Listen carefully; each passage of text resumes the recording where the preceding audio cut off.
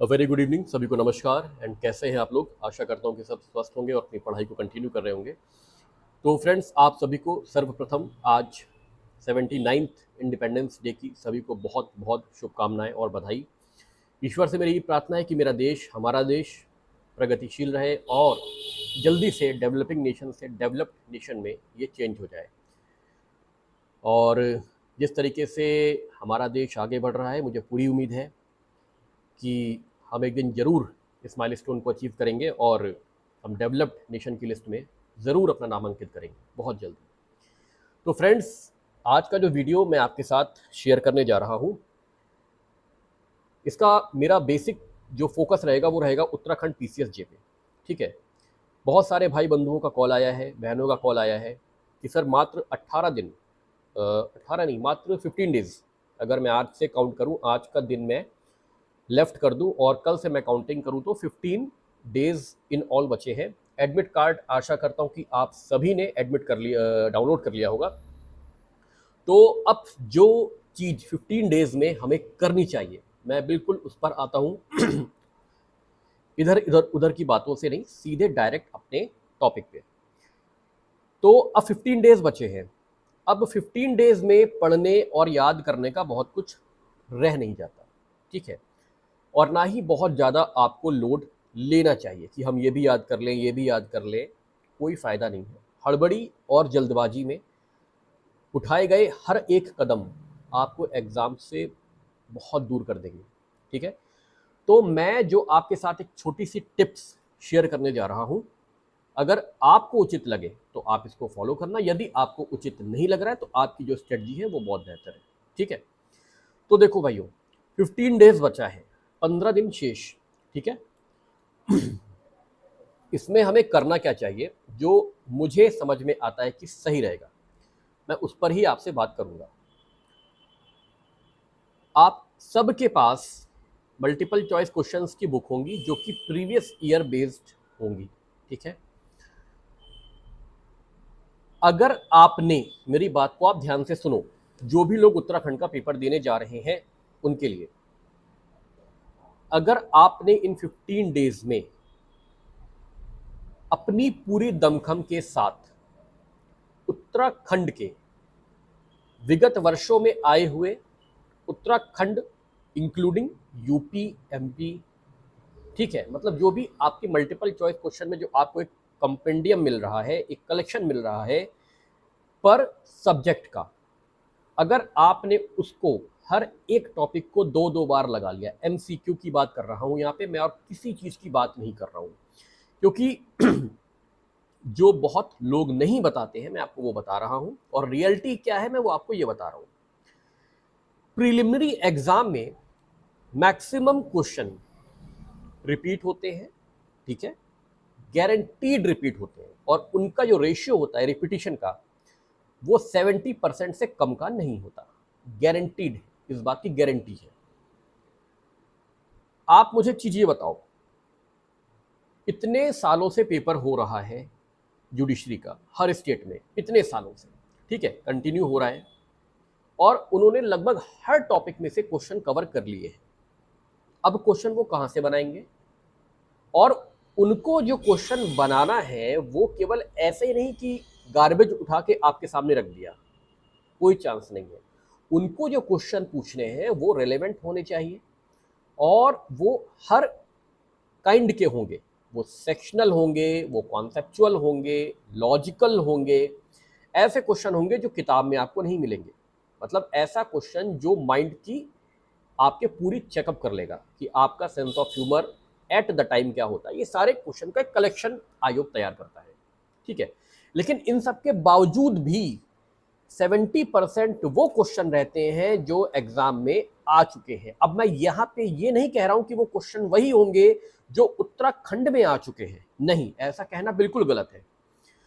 वो हर स्टेट के पेपर में से दो क्वेश्चन उठा के आपको डाल देंगे, हर स्टेट के, चाहे वो हरियाणा हो, पंजाब हो, उत्तराखंड हो, यूपी हो, MP हो, छत्तीसगढ़, वट जो भी हो।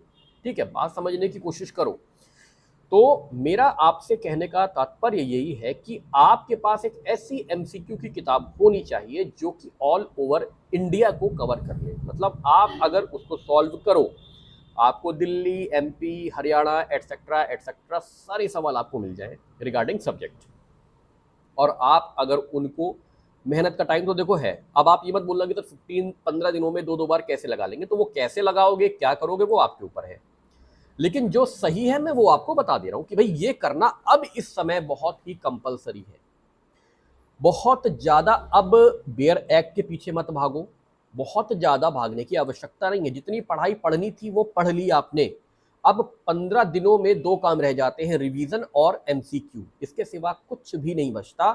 यदि आप नए चीजों को पढ़ना चाहोगे, टॉपिक कवर करना चाहोगे, आप लिख लो, नहीं कर सकते यदि आपने उसे पहले नहीं पढ़ा हुआ है। अगर आप बिल्कुल फ्रेश टॉपिक उठाओगे तो गारंटीड है मेरी कि आप उसे नहीं कर पाओगे, क्योंकि आपके माइंड में क्या होगी, हड़बड़ाहट। मैं इसे पढ़ रहा हूं, इतना डीपली पढ़ रहा हूं, मेरा कोई सब्जेक्ट छूट रहा है पीछे। यार मैं उसके एमसीक्यू लगा लिया होता तो बहुत अच्छा होता, मेरा वो एमसीक्यू छूट रहा है, मैं इस बेयर एक्ट को पकड़े बैठा हूं। तो मेरा आप लोगों से यही कहना है, और बहुत साफ शब्दों में, आपको अच्छा लगे तो अडॉप्ट करो। कुछ भी बाउंडिंग नहीं है, कुछ भी मैं आपको बाउंड नहीं करता। सब स्वच्छंद है, स्मार्ट है, सभी जो है व्यक्ति जो है आपके समझदार है। आपका सिलेबस आपकी टेबल पे हो, और एक एक सब्जेक्ट के एमसीक्यू 2 बार 15 दिनों में लगा लो।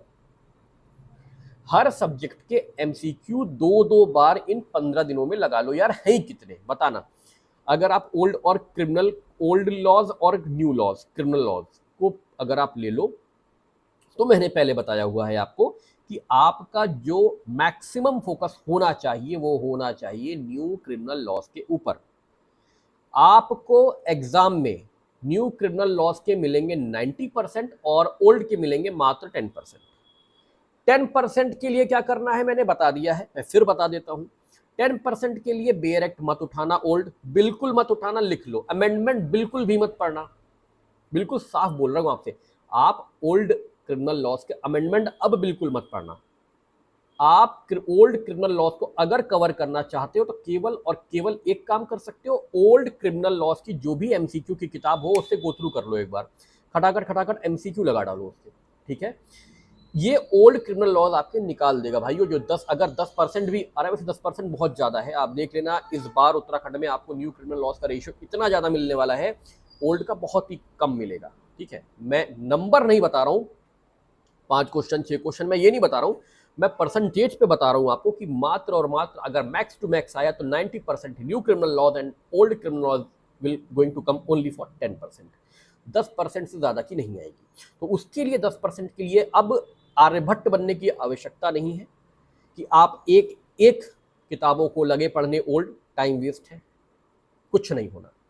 ओल्ड क्रिमिनल लॉज का केवल एमसीक्यू लगाओ, न्यू क्रिमिनल लॉज की भी एमसीक्यू बलपूर्वक लगाओ। और एक काम अब जो करना है, एमसीक्यू जम के लगाना है और इंडेक्स को देखते रहना है। हर टॉपिक के इंडेक्स को देखते रहो। देखना भी ऐसा नहीं कि ब्लाइंडली देखते चले जा रहे हो एक एक सेक्शन को। एग्जाम में नहीं पूछता है, एक एक सेक्शन नहीं आता। आप सबसे पहले एमसीक्यू लगाओ, और एमसीक्यू लगाते समय आपकी एक लिस्ट तैयार होनी चाहिए। अगर अभी नहीं करी है तो अब करना भी मत। उत्तराखंड के लिए तो मत ही करना, अब टाइम नहीं कि आप लिखो और लगाओ दोनों।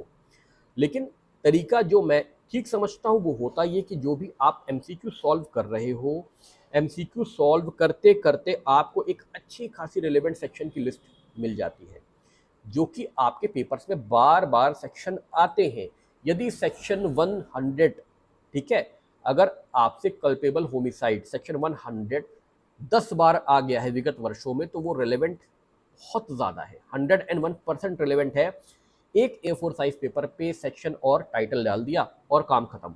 इसी तरह आपको देखना है कि सेक्शंस कौन कौन से एग्जाम में आ रहे हैं, आते हैं, उसकी एक लिस्ट बना लो। एक सेक्शन अगर चाहे 100 बार आया है तो उसको एक ही बार लिख रहे हैं, नहीं कि 100 बार लिख रहे हो। अगर 100 बार आ रहा है सेक्शन 100, अगर 10 सालों में 10 बार आया है, एक बार लिख लो, तो वो आपका अंडरस्टूड है आपको खुद ही कि ये 10 साल आया है, इसलिए मैंने इसे यहाँ पे लिखा है। 2 बार भी आया है तो भी आपके वो पेपर में होना चाहिए। इससे होगा क्या कि एक तो इंडेक्स आपकी किताब में होता है जिसको कि आपको पढ़ना ही पढ़ना है, और उसे पूरा पढ़ना मतलब बेवकूफ़ी, कुछ नहीं मतलब है। आप जब लिस्ट बना लोगे एमसीक्यू लगाते लगाते, जो आपकी एक लिस्ट बनेगी ना अपने इंडेक्स की, किसी भी स्टेट में वो आपको एग्जाम क्रैक करा देगा, क्योंकि वो सेक्शंस वही हैं जो इस एग्जामिनर उनको चुनता है बार बार। ठीक है, तो अब लास्ट में आपके पास इतना टाइम तो रहता नहीं कि आप पूरा इंडेक्स गो थ्रू करो, और याद भी नहीं हो सकता। तो आपकी जो लिस्ट बने आप उसको गो थ्रू करते रहो, और देखो उसमें से रिलेवेंट सेक्शन में से आपके सेक्शन पक्के पकड़ जाएंगे पेपर में, और आपका आंसर सही हो जाएगा। ठीक है, तो ये चीजें हैं कि आपका ये काम होना चाहिए था, अगर नहीं हुआ है तो अब टाइम भी नहीं है। अब केवल एक काम करो, एक तो आपके पास बेयर एक्ट है, उसका प्रिंट इंडेक्स मैंने बहुत बार बोला है, बहुत वीडियो में बोला है, करा लिया हो तो अच्छी बात, नहीं कराया हो तो आपकी गलती। प्रिंटेड इंडेक्स अपने पास रखो, हर एक टॉपिक का होना चाहिए आपके पास एक फाइल हो जिसमें कि आपके प्रिंटेड इंडेक्स, मतलब पीडीएफ, फोटोकॉपी की बात नहीं कर रहा, आप गूगल पे जाओ, इंडेक्स के पीडीएफ डाउनलोड करो और प्रिंट निकलवा के फाइल में लगा लो। आपका क्या होगा कि ना एक बंच तैयार होगा सारे केवल इंडेक्स का, और आप लास्ट टाइम में उस इंडेक्स को ही केवल फेरो बैठ के, आपको बेयरेक्ट नहीं खोलनी। ठीक है, और एमसीक्यू, अब इंडेक्स एमसीक्यू अगर लगा लिए, मन से लगा लिए दो दो बार हर टॉपिक के, आपका प्री क्लियर हो जाएगा। क्योंकि जिनके रिपीटेड क्वेश्चन गलत होते हैं, ध्यान से सुनना, जिन लोगों के रिपीटेड, ये मैंने अपने ऊपर भी इसको देखा है, समझा है, एनालिसिस किया है, रिपीटेड क्वेश्चन यदि गलत हुए आपके पेपर में, आपका प्री कभी नहीं निकलेगा, इसको लिख लो। रिपीटिशन जो क्वेश्चन आ रहे हैं, कई सालों में आए हैं, और वो अगर आपके गलत हो रहे हैं तो आपका प्री निकल नहीं सकता। तो इसलिए रिपीटेड क्वेश्चन गलत ना हो, आपका प्री निकल जाएगा। 100 आउट ऑफ 100 करने की आवश्यकता भी नहीं है, और कोई गोल्ड मेडल भी नहीं मिलेगा कि आपने पूरे 150 में से 150 क्वेश्चन सही किए हैं इसलिए आपको गोल्ड मेडल प्रदान किया जाता है, ऐसा कुछ नहीं है। ठीक है, तो आप केवल दो काम करो इस समय, 15 दिनों में एमसीक्यू की किताब ले लो, बार बार, एक बार दो बार लगाते रहो। रिलेवेंट इंडेक्स की लिस्ट अगर आपने बनाई है तो बहुत अच्छा है आपके लिए, नहीं बनाई है तो बेयर एक्ट के जो प्रिंट इंडेक्स आपने रखा है उसे देखना शुरू करो। नहीं प्रिंट करवाया है तो प्रिंट कराने में आपको लिखना नहीं, मशीन को प्रिंट करना है, पीडीएफ डाउनलोड करो, प्रिंटर का जो प्रिंट करते हैं फोटोस्टेट वाले, उनका व्हाट्सएप नंबर ले लो, उनको अपने स्टडी रूम से बैठे बैठे व्हाट्सएप कर दो और बता दो कि जब प्रिंट हो जाए तो मुझे बता देना, मैं आके पेमेंट करके कॉपी ले लूंगा। आपका समय बचेगा, आपको प्रिंट कॉपी मिल जाएगी, और बार बार उसको रिलेवेंट सेक्शन आप देखते रहो, उसी में हाईलाइट कर लो रिलेवेंट सेक्शन को। ठीक है, उसी में, अब लिखना भी नहीं, हाईलाइट कर लो, और एग्जाम से 2 दिन पहले, 5 घंटे पहले तो छूना भी मत, कुछ मत छूना, 5 घंटे पहले आराम से रिलैक्स रहो, 1 दिन पहले अपना इंडेक्स देखते रहो, हर सब रिलेवेंट आपने कर लिया हाईलाइट, अब केवल हम उन्हें ही देखना है, हमें भीड़ नहीं देखनी, हमें केवल सिलेक्टेड। इतना काम कर लो 15 डेज में। जिन्होंने कुछ नहीं किया अभी तक, अगर वो 15 दिन भी मन लगा के एमसीक्यू लगा लेंगे हर टॉपिक के 2-2 बार, इंक्लूडिंग ऑल, जिसमें कि पॉलिटी भी होगा, इंटरनेशनल ऑर्गेनाइजेशन भी होगा, ठीक है, और आपका ज्यूरिस्प्रूडेंस भी होगा, ठीक है, लॉ के सारे सब्जेक्ट होंगे। करंट अफेयर में अगर आपने करंट अफेयर के नोट्स नहीं बनाए हैं तो जितने भी लोग सुन रहे हैं, चाहे वो हिंदी माध्यम के हों, अंग्रेजी माध्यम के हों, जो भी माध्यम हो, आप स्पीडी की मैगजीन ले लो। स्पीडी की मैगजीन लेने के बाद उसके पीछे 800 से अबव एमसीक्यू होते हैं करंट अफेयर के, उनको भैया 2-3 बार लगा लो, आने वाले सालों, मतलब दिनों में, 15 दिनों में 2-3 बार लगा लो। ये करंट अफेयर के एमसीक्यू को काफ़ी कुछ कवर कर देगा आपका। ठीक है, और उत्तराखंड से जुड़ा हुआ करंट अफेयर मैं आपको दे दूंगा 5 से 7-8 पन्नों का, उससे भगवान चाहेगा तो भला हो जाएगा। ठीक है, तो ये रही बात छोटी सी स्ट्रेटजी की जो 15 दिनों में आप कर सकते हो, और ये आपके लिए फ्रूटफुल पक्का होगी यदि आपने किया तो, नहीं किया तो भी आपकी इच्छा। ठीक है, अब मैंने जो आपको लिस्ट प्रोवाइड करी थी ऑर्डर्स की, सिविल प्रोसीजर कोड 1908 के ऑर्डर्स की, वो लिस्ट कंप्लीट नहीं थी, अभी 2 से 4 या 5 पेज और बचे हैं, 2 से 4 पेज होंगे। आप जब तक ये वीडियो ओपन करोगे वो आपके व्हाट्सएप तक पहुंच चुकी होगी, और कुछ कल या परसों में मैं आपको बीएनएस बीएसए के भी रिलेवेंट सेक्शंस के इंडेक्स जो मैंने लिखे हैं प्रोवाइड करा दूंगा। तो आपकी बहुत कुछ मेहनत मैंने कम कर दी है। बाकी पढ़ना आपकी इच्छा है, पढ़ो मत पढ़ो, हर इंसान पढ़ेगा क्योंकि एग्ज़ाम क्लियर करना है, ठीक है। तो बीएनएस की, बीएसए की, ठीक है, जो भी मेरे पास कंटेंट होगा वो मैं मुहैया करा दूंगा पीडीएफ फॉर्म में, ग्रुप में, जो लोग व्हाट्सएप ग्रुप में जुड़े हैं। डिस्क्रिप्शन लिंक में ये कुछ भी नहीं प्रोवाइड होने वाला है, ठीक है। जो मेरे ग्रुप में जुड़े हैं या जुड़ सकने की इच्छा रखते हैं उनको ही मिल पाएगा, अन्य लोगों को ये नहीं मिल पाएगा, क्योंकि ये व्हाट्सएप ग्रुप में ही मैं इसे डालने वाला हूँ, ठीक है। इतना मैं आप लोगों के लिए कर सकता हूं जो कि कोई भी चैनल आपको प्रोवाइड नहीं करेगा, ठीक है। तो आज के लिए इतना ही। सुप्रीम कोर्ट का जो एक निर्णय है कि जुडिशियल ऑफिसर्स जिनकी 3 साल की वो जजशिप भी कंप्लीट है लेकिन वो फॉर्म नहीं भर सकते, एलिजिबल नहीं है, यदि वो किसी और स्टेट में अप्लाई करना चाहते हैं, वो सब बातें हो गई पुरानी, आपने सुन लिया होगा। बहुतेरे चैनल हैं जो बता रहे हैं, इसलिए जब आपने सुन लिया तो फिर उसको मुझे दोबारा रिवाइज रटने से कोई फ़ायदा नहीं है, ठीक है।